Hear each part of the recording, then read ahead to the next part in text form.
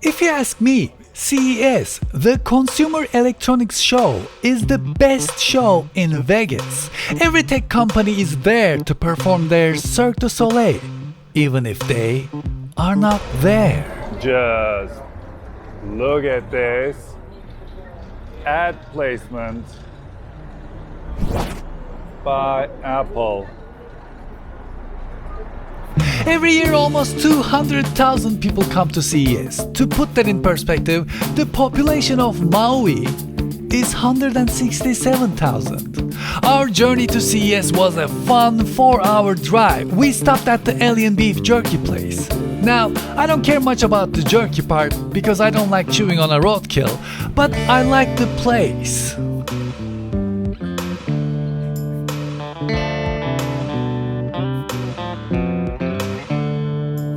This is new. It's a good thing that this is on a gimbal because I'm shaking right now. Covering what's happening at CES is an endless marathon that no one can finish, so I needed help. And by the power of Craigslist, I found these random citizens to help me with my coverage. But they ended up mocking my extension rod by calling it a selfie stick. And now we're here at CES and I look super cool. Okay, super cool. This is not a selfie stick. Excuse me, what are you doing? No, is it following me? Looks like it's following you. It's so adorable. It's a cute little friend on a stick. You looking up for it? Can't trick it, can't trick it. Oh, I scared it. I scared it. Nope. As is tradition, our adventure began with Sony's press event, where we tested out a 360 headphone that was absolutely mind-blowing. We're about to experience the 360 reality audio. We're gonna be wearing these.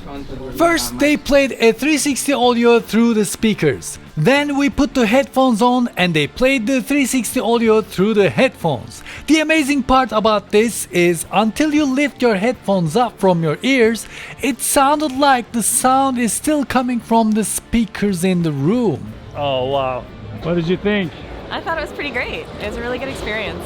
What did you think, Scott? I thought it was awesome. I just really enjoyed it. Like taking the headphones off and not realizing that it was not going to the speakers. After that, we played games for a while. But since the next day we had to be in our best shape to be able to cover CES, we had to leave Sony around 7 p.m. So, around 1 a.m. we called it a night. On our way back to the hotel, we enjoyed Lyft's autonomous car ride. It was smooth and nice. Unfortunately, the guys from Lyft that were in the car monitoring the things asked us not to film our journey. So here we are at CES 2019. As you can see, it is pretty crowded as usual. Oh. And then I think LG brainwashed us with this.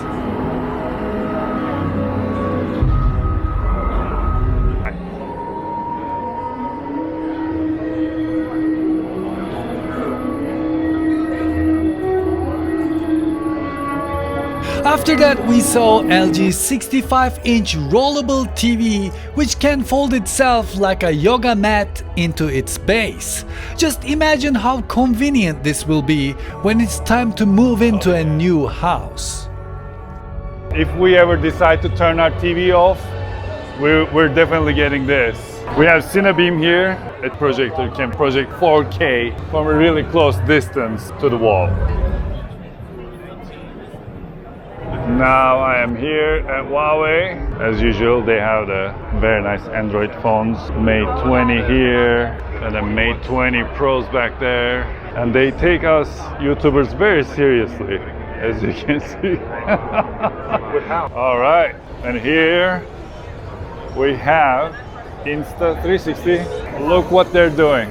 So you bring your action camera here, you just throw it in here, and then you get a free 360 One X. And as it turns out, it is true.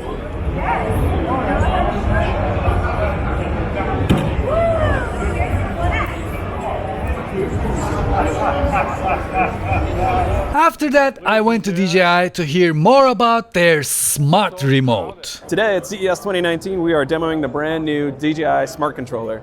So this is a built-in 5.5-inch screen on a high-performance controller.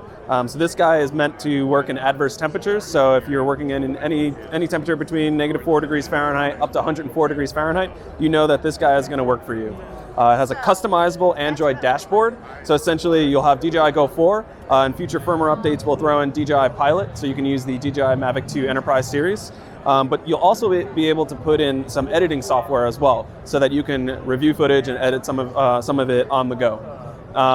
So this guy has the same concept as a lot of our newer Mavic series. It has the sticks that are built into the side, so it folds up really nice. And then it also has these ports on the top, which many of you will probably be familiar with.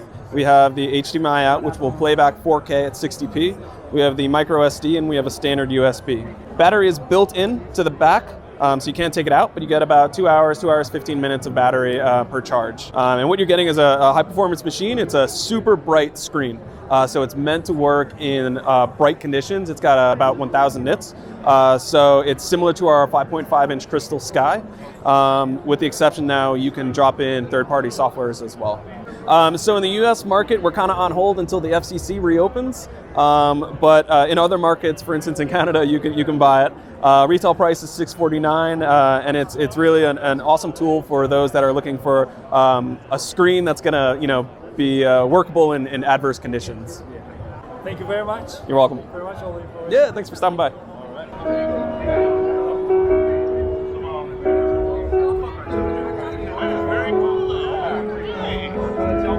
Come on.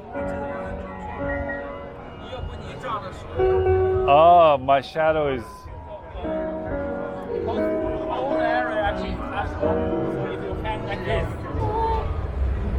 Same. It's good. Level 2 backpack here.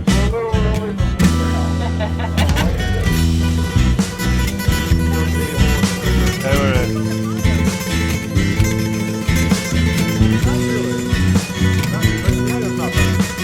Audio is not bad at all. Then it was time to check Royole's foldable phone/tablet. Yeah, so the FlexPai is a tablet and smartphone all in one. We created the Water OS, which is an Android-based operating system, which allows you to use dual screen display. When the phone is folded, you have a notifications bar here.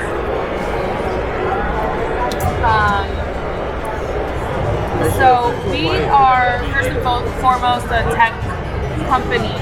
We patented foldable screen technology. Our screens can bend in any direction. With that, the sky's the limit with what type of products you can utilize our screens. Yeah. So we are making some consumer products, as you see here. Our company's name is Royole. We're the creators of FlexPai. This is available in the Chinese market to purchase. And we are seeking out carriers to get it regulated in the US and European market. So hopefully it will be launched by the end of this year. Oh, cool.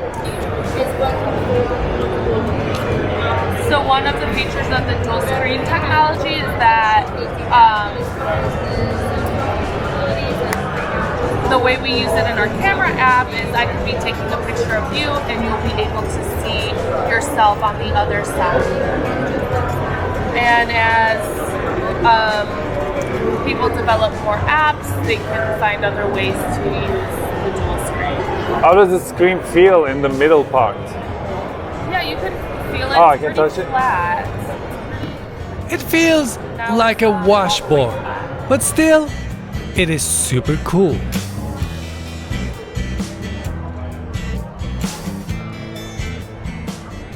Next, we did possibly the coolest thing in CES. We took the Google ride.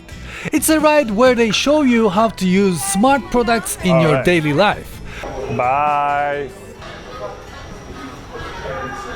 Let's take a listen. Honey, ooh, wake up. Wake up. I'm running off to the airport. What whatever you do, please don't forget the cake for Grandma's birthday tomorrow, okay? Thanks, sweetie. I'll see you tomorrow. And don't forget, love you. And thus begins our epic tale of trials, tribulations, and seamless product demonstrations.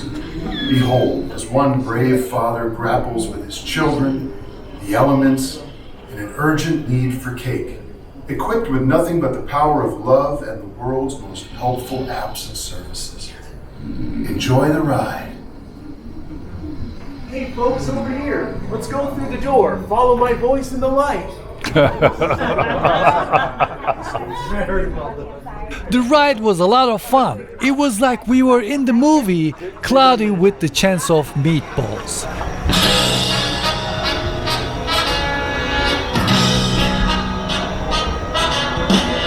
Like Armageddon, and it's not even 8. No matter how much you threaten, you're still gonna be late. Liz has toothpaste in her hair and Frank has milk in his eyes. They shaved the dog's hair and he's looking surprised. It's just something in your way. Well, here's what you'll hear. Slow down ahead. I've found a faster route.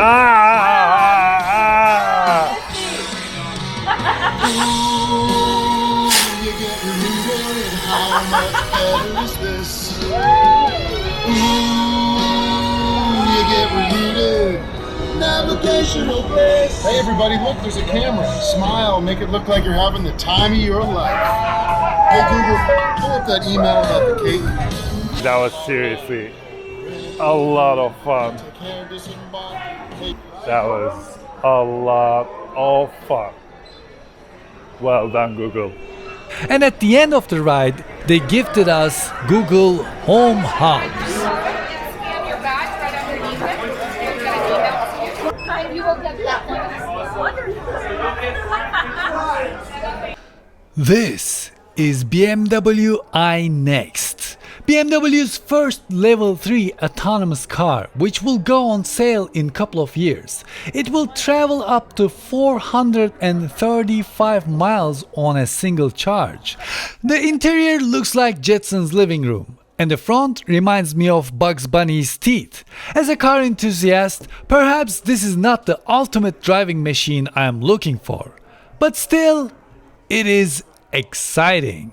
So now this is unbelievable. Okay, I want this.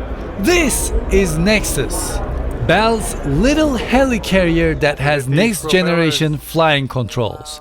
Their aim is to make flying as easy as possible so more and more people can fly.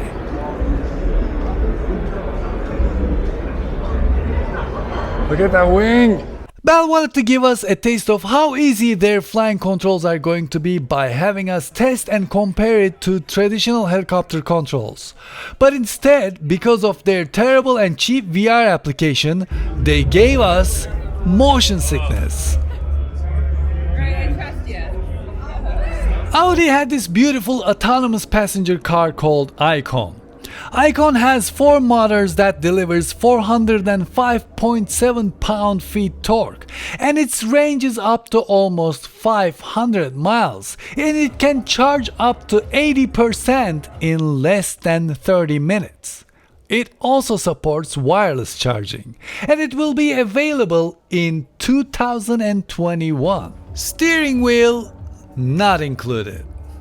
Smartphones, smart cars, smart pens aside, there was also a smart boat at CES, which was cool, but this submersible watercraft by SeaBreacher seemed like much more fun.